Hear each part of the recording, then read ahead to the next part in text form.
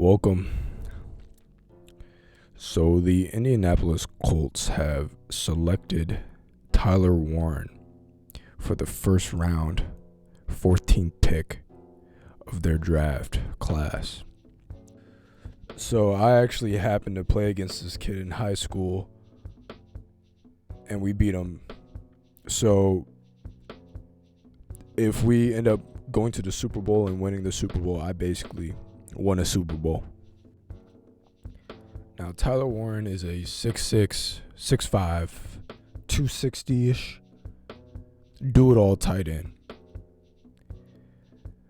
This is something the Colts desperately needed. We have had one of the worst tight end groups in the whole league. This kid is from Penn State. He shows that he can do it all. He was sort of their whole offense, apparently. That's what people say. And this is something that I'm really excited for, to extend our weapons for Anthony Richardson and maybe Daniel Jones in this season. Hopefully it's Anthony Richardson that will be under center. Now, the Colts offense is looking pretty solid. I really like our pieces that we have weapon-wise. We have Michael Pittman. He's a big bruiser. He's going to run through the middle. He's going to catch the ball. And he's going to lay the wood on someone. We have Josh Downs, which is our shifty receiver. He's gonna get the ball, and he's gonna make something shake. He's gonna make someone touch their knees. He's gonna run upfield with great agility. We have Alec Pierce. Man, that Alec Pierce was Anthony Richardson's and Joe Flacco's safety valve down the field. 20 yards down the field, we're going to throw it up to Alec Pierce. He's going to find a way to come down with it. Now, other receiver we have is A.D. Mitchell, he's kind of unproven at this point. He has shown some he's sort of a Josh Downs. He's a very shifty player, but he has not been consistent with catching the ball. So with our tight ends, which is why, in addition, like Tyler Warren is so crucial for our offense. Now, in whole, our offensive weapons are good, and we could be a sneaky top 20, top 15 maybe offensive wide receiver core. And with Tyler Warren, that might bump us up a bit more. Now, all these weapons aren't really going to mean anything unless our QB is going to be able to consistently dish the ball out to these guys so they can make plays. Anthony Richardson has shown that he can throw the ball down the field with great accuracy and with the most powerful arm probably in the league, arguably. He has a size. He reminds me of a Jalen Hurts kind of body size. He's able to run up the field and maybe lay the wood when he needs to. Now our offense is going to be a red zone nightmare, if you ask me. I mean, we have Quentin Nelson up on the line. We have Jonathan Taylor. We're going to have Anthony Richardson as a quarterback. And if we throw Tyler Warren as well in that mix, I mean, we can put him anywhere. And that might spell trouble for defensive fronts when we get in that red zone.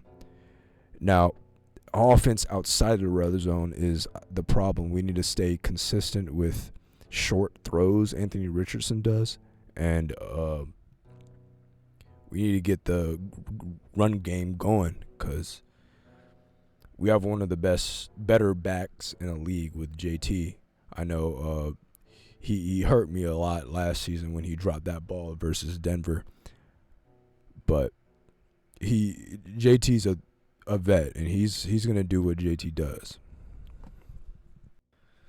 Now, when you mention a JT on the team, we might have to start asking and clarifying which JT, because we added two more JTs in this draft with JT Tuimoloau, defensive end from Ohio State. And we also got a Jalen Travis, offensive tackle from Iowa State, that we took in the 4th round, number 127. Now, Tuimoloau is going to add some well-wanted depth in our defensive line front. Our defensive line is pretty solid. I think we have some good pieces there. So we recently had to relieve some O-line pieces with Ryan Kelly and I think Will Fries. And Jalen Travis is going to be a good addition to our offensive front. We have some good young guys that we have in there now. We have Big Q back there. So I think we should have a solid, decent O-line to protect our QB. Now, I think our 2024 season was an interesting one to watch as a Colts fan. We saw a lot of good things on offense. We've seen flashes of Anthony Richardson showing that he is that guy, and we've seen the inconsistencies that he has made. So to put him in the position where he has to fight for his right to still be the number 1 QB for the team.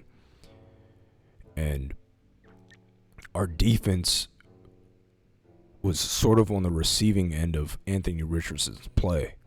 Our defense, I think, overall is a solid group, but our unableness or our time that we spent on the field as an offensive unit was slim because of the inconsistencies of our play.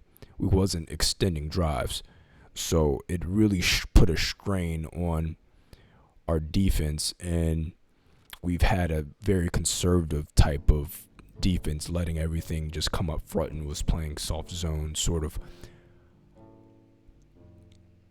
So hopefully with these new additions and our new D coordinator and the new pieces that we've put into place, we can see more of a variation and more angst in our defense. But I still think it's really going to come down to how consistent our offense will be, which I'm excited to see.